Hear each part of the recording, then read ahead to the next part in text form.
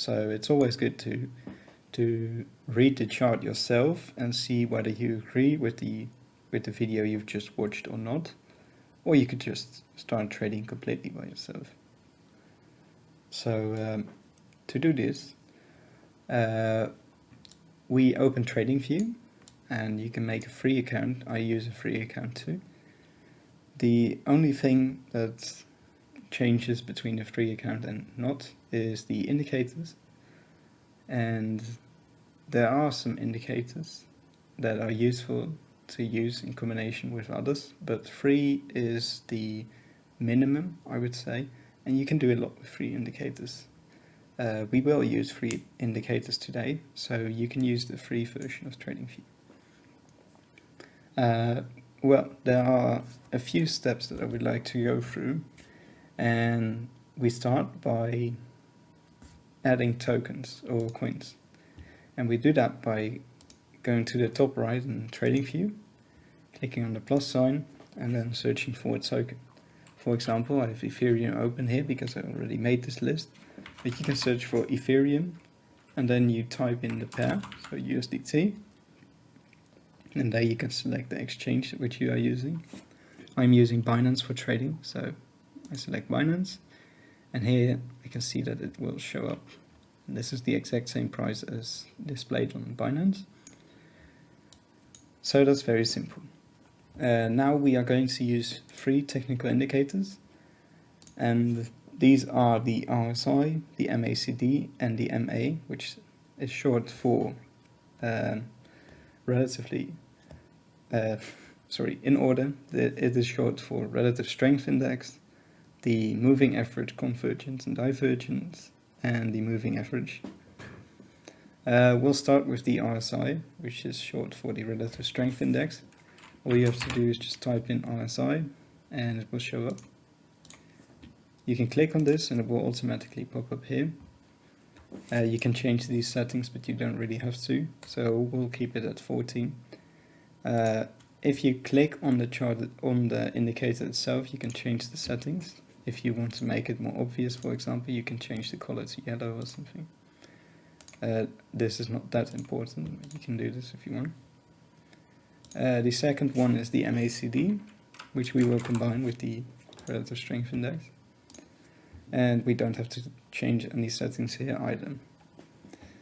Then we are going to use the Moving Average, and we are going to change these settings. The standard ones that are used very often are a length of 9, 21 and 50, and for this we'll use 21. And what this means is that it will calculate the average of the previous 21 candles and give you a line, which is the blue line, corresponding to the average trend.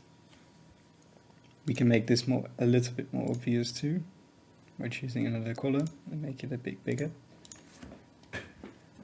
So this is what we will use, and we will use this in such a way that we can see whether a top is reached and a bottom, and what the overall market structure at the specified time is, and to predict whether it is going down or up. As you can see, these two lines here are kind of similar to the RSI line, and this basically means that it is kind of the same, but this will show you the strength index will show you the average buying power compared to the selling power, and the moving averages, the MACD will just show you the moving average subtracted from one another, compared to a lower moving average line, actually the exponential moving average, the EMAs. So the orange line is the bottom line, and the blue line is the top line, and we can very simply see whether the market overall is bullish or bearish by looking at these two lines, just these two lines. If the orange line is above the blue line, that means that the overall market structure at that moment is bearish, and if the blue line is above the orange line, that means that the market structure is bullish. This means a bullish market structure means that there's more buying power than selling power, and a bearish structure means that there's more selling power than buying power. That's not too complicated. On the MACD we can see a histogram as well, and this shows the average buy-ins, and as we can see it oscillates between upwards movement and downwards movement. The red histogram indicates selling, and the green histogram indicates that there's more buying.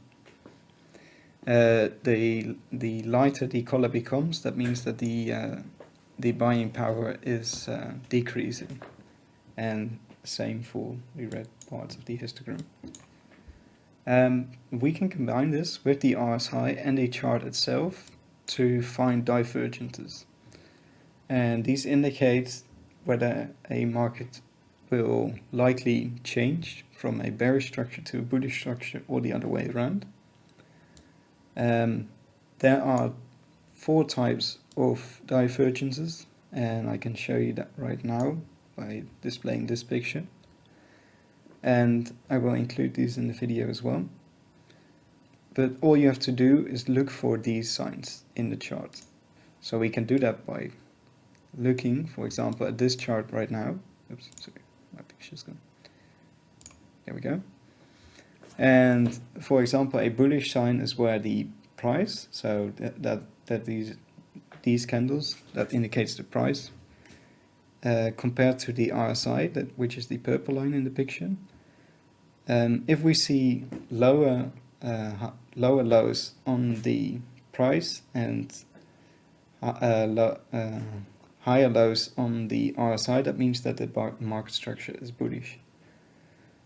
So we can look for these in the chart, but I don't immediately see one. So what we could do instead is try to find the opposite, which is the hidden bullish divergence, not the opposite, sorry, but the hidden bullish divergence instead of the regular bullish divergence.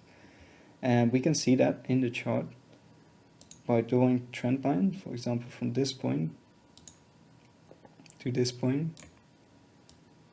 And we can see here that the overall structure is upwards slightly, while if we draw a line between the lowest points on the RSI, we can see that it is pointed downwards. Now if we compare it to this picture, we can see that the hidden divergence here looks kind of similar, which means that there's a likely chance that the overall market will start being bullish. And as we can see, this coincides with, if we draw a line here, a vertical line, this point coincides with a cross of the MACD as well, which means that the overall market structure is switching from bearish to bullish. And except for that, we can also see that in the histogram, the oscillating motion is also turning upwards. So these are very good to choose entry points and exit points, to know whether you want to buy or whether you want to sell. You can combine this with another tool, which is called the Fibonacci resistance and support. And you can add this by going all the way on the left and clicking on, these are some useful tools too, we won't use that today.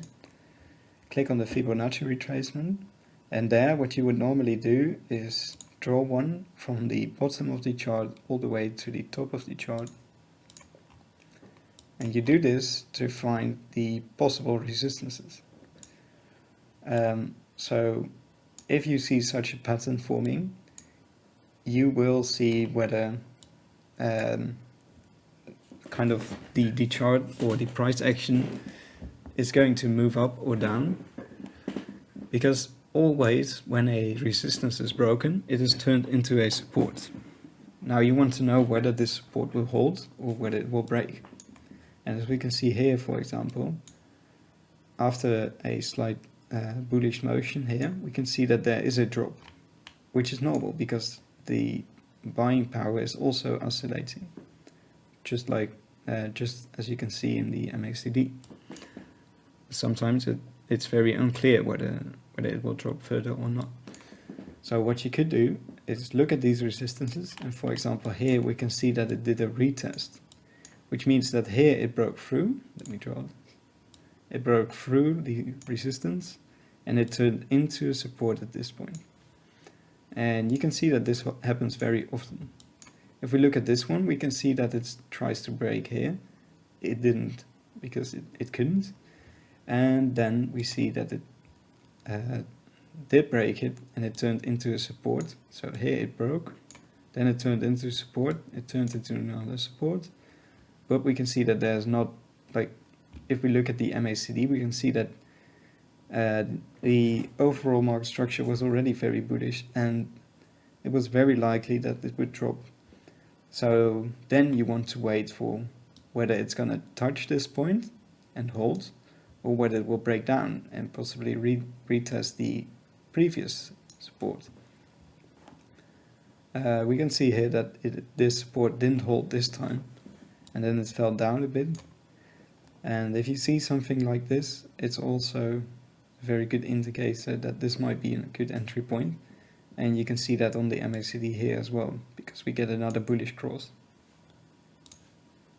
So yeah, and this is the case. You draw a Fibonacci resistance or a Fibonacci lines like this when the overall structure is upwards, and if the overall structure is downwards, for example from this point on to this point, we can see that the overall price was going down for quite a while. So we can use the same Fibonacci retracement, but here we do it from the top to the bottom. So we choose this point. And we can remove the other one. Let me do that. We can remove the other one. And here we can see that again, you can see a lot of doubts in the charts at these resistances slash supports. For example, we can see here that after this massive upwards motion, there was a dump. It went below the support, it went above again, below again, so there was a lot of price action going on around here. There was a lot of weird price action going on around here. At this support it just completely broke through and it fell through a lot of other resistances. So we know that these had to be these are likely to be retested. So what you could do, what you normally do in trading, especially if you are using long or short positions, which I do not recommend if you are just starting out, by the way. But if you want to do that, try to find a good entry at one of these supports slash resistances and not in between, because it's very unpredictable what will happen in between these resistances. So for example, at this moment, if we look at, we are on the daily time frame right now. If we look at the Ethereum, we can see that it is touching a resistance. So a good entry could be right around here, where it breaks through and then tries to retest this area, because this would coincide with likely a bullish cross on the MACD as well. So these are points where you could start buying in. And as we can see here, a few days ago, the MACD was at a really high level. The RSI was also at a really high level, but we could see that there is a lower high on the RSI and a higher high on the price itself. And if we use the same picture we just used, the divergence picture here, extend this, we can compare this, and here we can see that a lower high on the RSI and a higher high on the price itself indicates a bearish structure. And just as shown here, right after this bearish structure, it fell down completely, all the way through two resistances. So if you see such a structure forming, then you could start a short position, for example, at this point, this vertical line, which I will draw right here.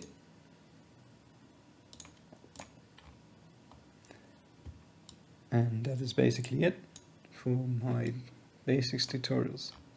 So we talked about trend lines to look at some divergences. We talked about supports and resistances by using the Fibonacci resistances, the Fibonacci lines. Sorry. We talked about the moving average. Actually, we didn't do that much with the moving average. I will elaborate on that a little bit more in a few minutes. But we talked about the MACD, which is the moving average, convergence and divergence, which uses exponential moving averages.